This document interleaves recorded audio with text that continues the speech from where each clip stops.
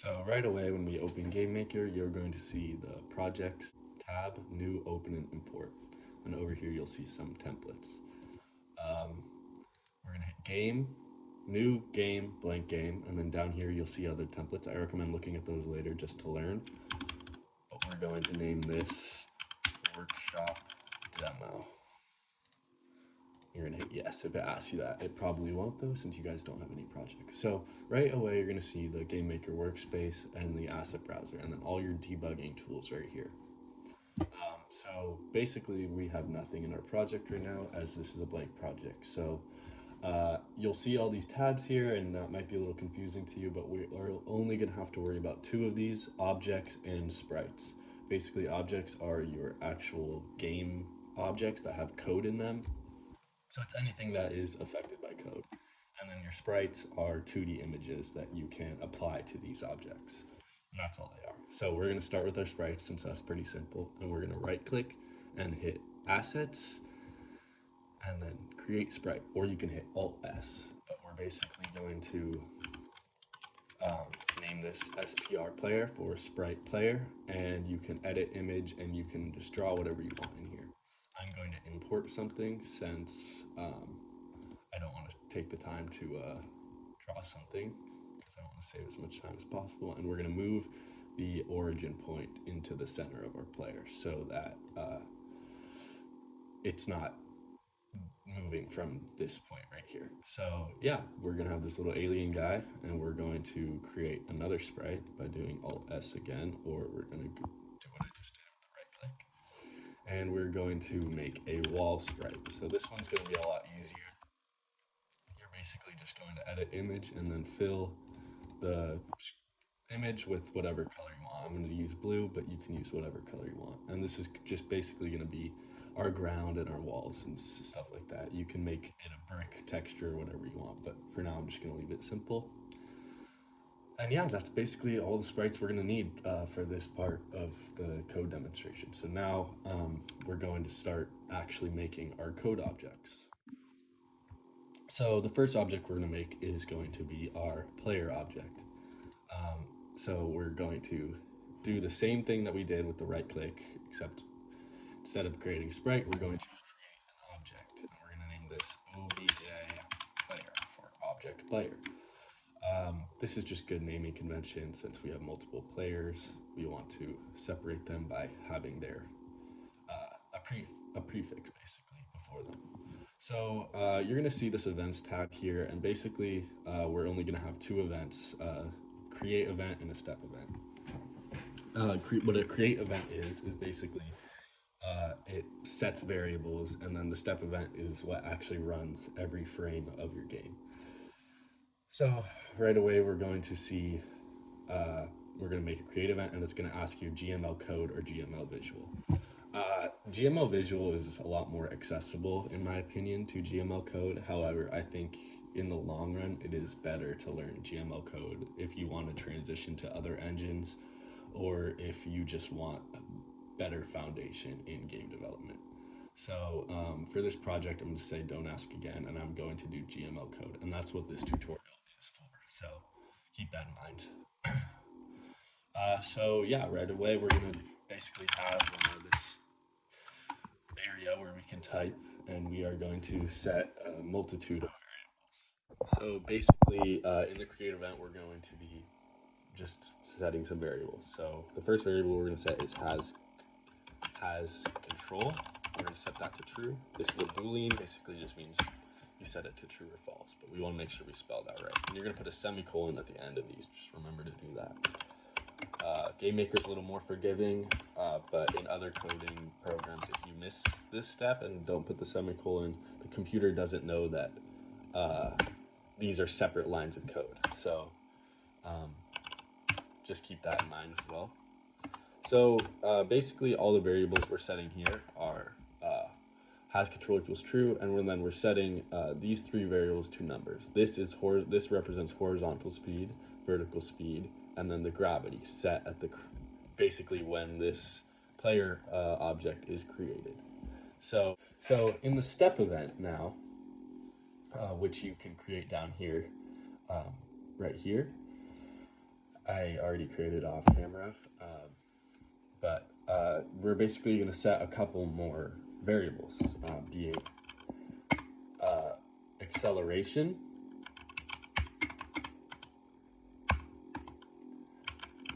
deceleration,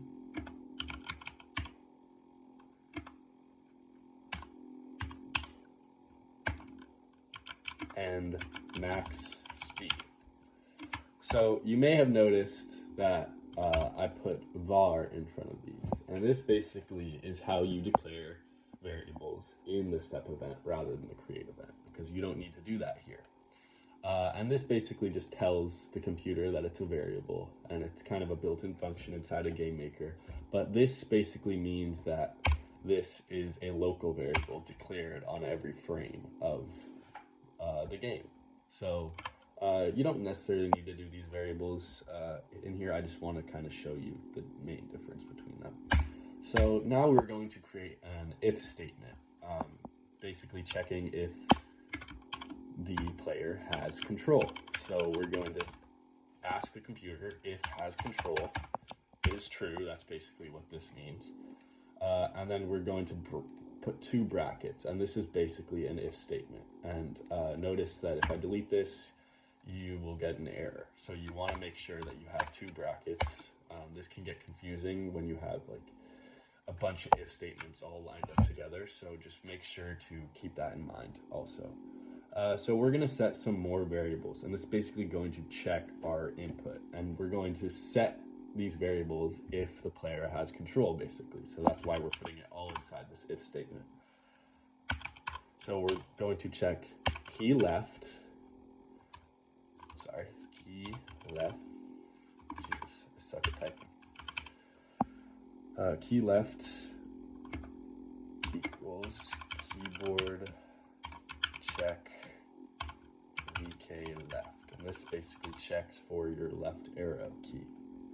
And then we're also going to do the WASD keys. So we're going to do this like kind of slash twice, and this basically translates to the computer or. So key left is going to be the left key, or like the left arrow key, or in this case A. So we're going to do another keyboard check ORD quote A quote. And basically what ORD does is just tells you that it's a letter key rather than one of the built-in keys that GameMaker can check for. So yeah, basically this is how we do key left, and we're going to basically repeat the same principle for the other two keys, which are going to be key right. Oh, and I'm just going to paste this. This isn't really good coding convention, but this is a pretty casual thing, I feel like, so don't tell anyone. So we're going to basically set key right and key jump, and then for this one we don't need a letter key because we're just going to leave it as space. You could do the up arrow if you want, but I'm not going to do that just because that's not what I'm used to. And yeah, basically this is checking our inputs already. So what we do want to do though, so to avoid just compiling errors and stuff, is make an else statement. So basically it's the same as an if statement, but it basically just checks the opposite of whatever the if statement that comes before it is, if that makes sense. So basically this is going to check if we don't have control, and then it's going to set all the variables we just had to 0, just to make sure that it's not reading something that doesn't exist, you know.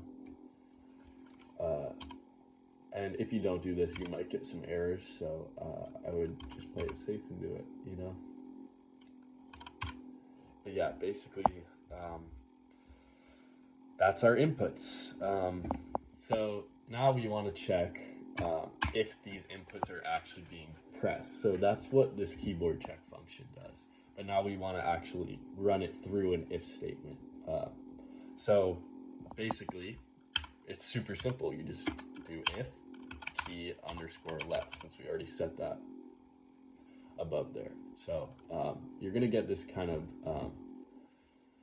you're gonna get this like warning, but just ignore it because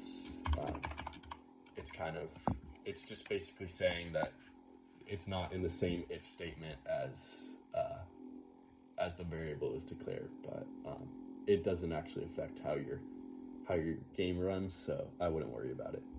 And basically, what we're going to do for this is set the acceleration to a negative because we are going left. And then we're going to do the opposite for the right, and we're going to set it to a positive. So basically, this is going to move our player left and right, and it's really, really simple. You're just basically adding and subtracting from a number, at a certain rate. But this isn't going to work yet. If you run the game right now, we don't even have our player and anything in it. So it's not going to work yet. We actually have to tell the computer that the number that we are adding and subtracting from actually indicates and changes the x coordinate of the player. So that comes later in the code, of course. But we are going to actually test a different principle, essentially, called the else if statement. And basically that's going to allow us to continue. It's going to track if the left key isn't being pressed, so you can't hit both at the same time. And then it's also going to allow you to continue the if statements after this. So this else statement here is basically going to check if neither of these are true, right? So now we're going to basically, you're going to follow me closely because it gets a little confusing here. But we're going to go if HSP is greater than 0,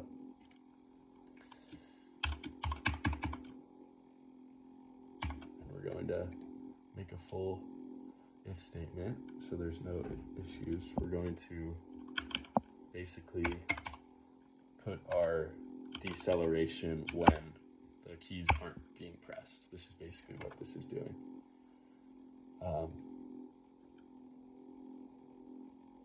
And then we're going to do else if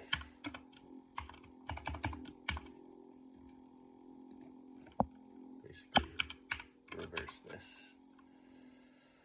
Plus equals decel instead of minus equals, right?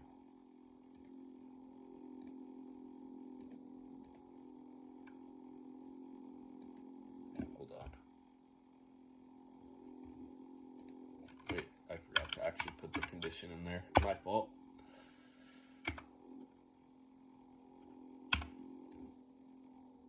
Okay, I actually missed one thing here. Underneath the subtraction, we want to put if. We want to basically do a inline if statement, which is one line if statement, and we want to check if horizontal speed exceeds 0, or if it goes below 0 or equals 0, and basically or goes below 0 and set the horizontal speed to 0. Sorry if that was confusing. My fault.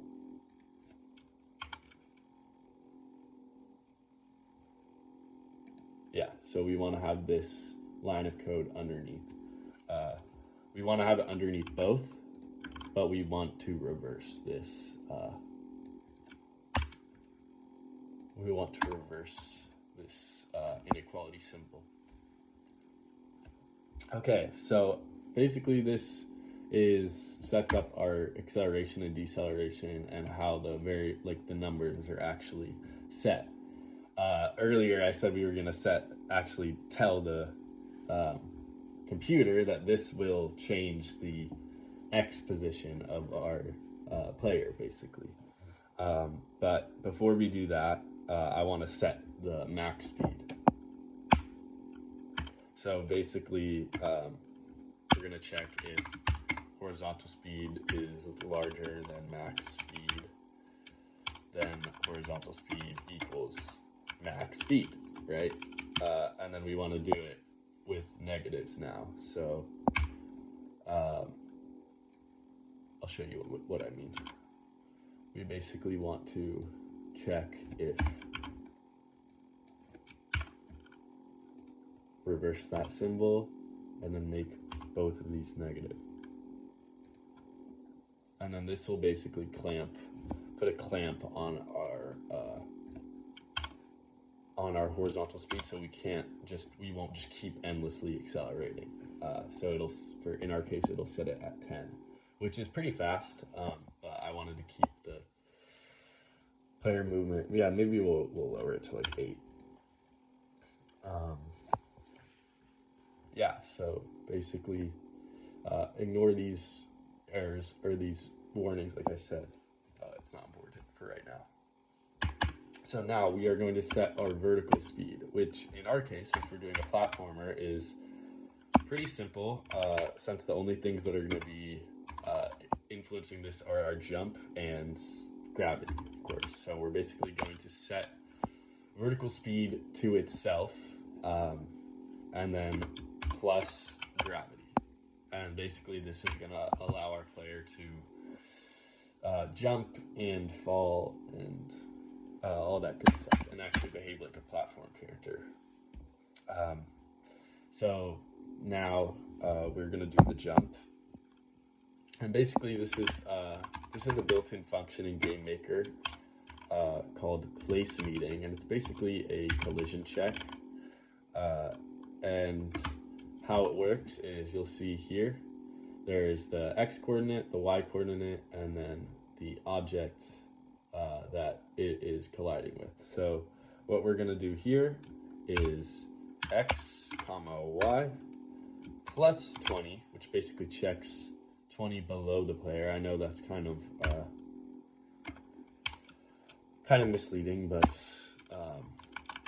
yeah, it'll basically check 20 pixels below the player and basically check the collision if the collision's happening. And so, like we said earlier with this being or, 2 and symbols basically translates the computer and. So key jump, and this is basically checking if key jump is true. And we're going to basically put it in parentheses so we don't have an error.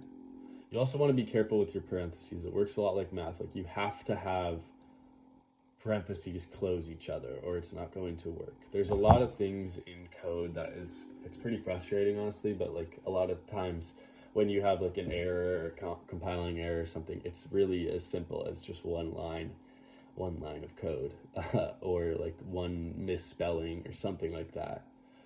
So just keep that in mind. It can be frustrating, but just be vigilant for that when you're actually coding, and don't make mistakes, or try not to make mistakes. And take your time when you do it, and pause this video whenever you need to, trust me. So basically when we hit the jump and we're in contact with the floor, that's basically what this if statement is checking. We're going to set our vertical speed to -10, which basically will go up. So you might notice these like coordinates are flipped, and when you're checking below the character it's positive, and when you're raising the character it goes negative. I don't know why this is. That's just the way GameMaker is set up. So just remember that, because it can get confusing when you're looking at code and you're like, why is the jump making him go down? But it's not. It's making him go up. It just looks like it's making him go down. So just keep that in mind. So now what we're going to do is we're going to hit // and this basically comments out. So you can type anything here and it's not gonna affect what your code runs, basically. And I'm gonna write collision here. You don't have to do this. I'm just trying to separate these parts of the code. So this up here is like all of our setting up our movement, and then this is gonna be setting up our collision. And our collision is gonna be really simple, since the only other object we have is the wall object, which we haven't even made yet. But when we do, it's going to be really easy, because all the code we're doing for it, we're setting up here. So we're basically going to run the same collision check we ran earlier, place meeting, and we're going to put a parentheses, and we're going to check the X position of our player plus the horizontal speed of our player. So it's basically going to extend out however fast our player is going, that many pixels outward, and check that collision. And then we're going to just set the normal Y, and we're going to set wall. And this is going to be our if statement. The next part of this, we're going to do a while statement, which basically checks if something else is happening too. That's kind of a bad description of it, but just do it anyway because it's important. So we're going to run the same collision check, but this time we're going to run sine HSP, which basically I'm not exactly sure what this does. I'm going to be real with you, but I do know that it doesn't work if you don't do it. So that's another reason to do it, right? So this is going to be its own statement on its own. And in here, we're going to set x equals x plus sine HSP. Sine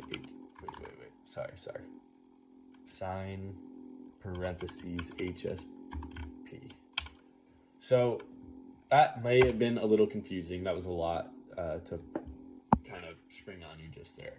But just pause it right here and copy this part. And then we're going to actually assign what this collision does to the horizontal speed of our player. So what we want to do is set it to 0. So basically, if that didn't make sense to you, just copy this, and this is going to be the horizontal collision for the wall and the player. So now, so we don't just fall through the floor right away, we are going to do the same exact thing, but for the vertical speed. So I'm going to comment that so you guys know. And basically what we're going to do instead, we're going to basically just reverse everything, but use Y and vertical speed. So basically just follow what I'm doing. So we're going to copy this, delete this, cut this basically, and then we're going to run the same function, just opposite basically, see? And then we're going to do the same kind of principle down here.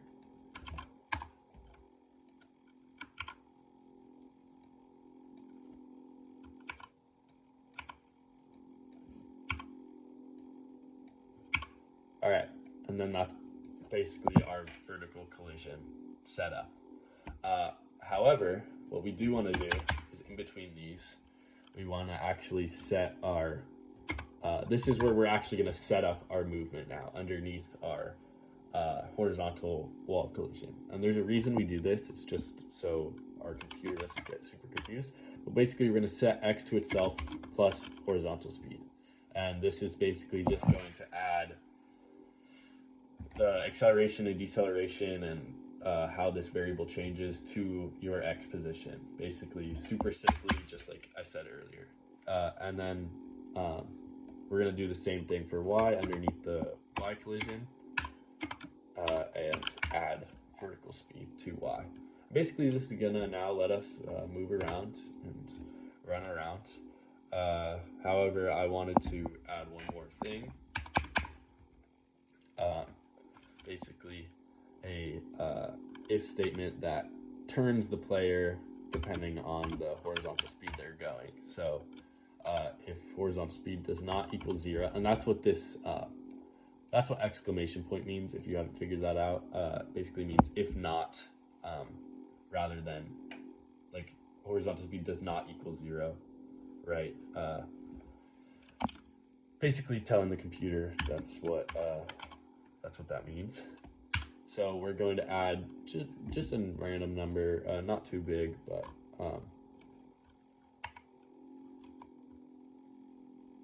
sorry. I was looking at the wrong line.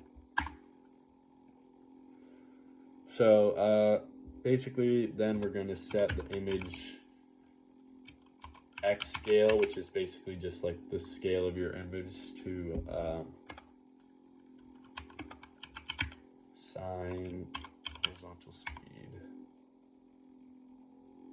And then you're going to want to multiply this by -1. And basically this is going to flip around your character depending on the horizontal speed of your thing. So it actually looks like it's running in the direction that you want it to.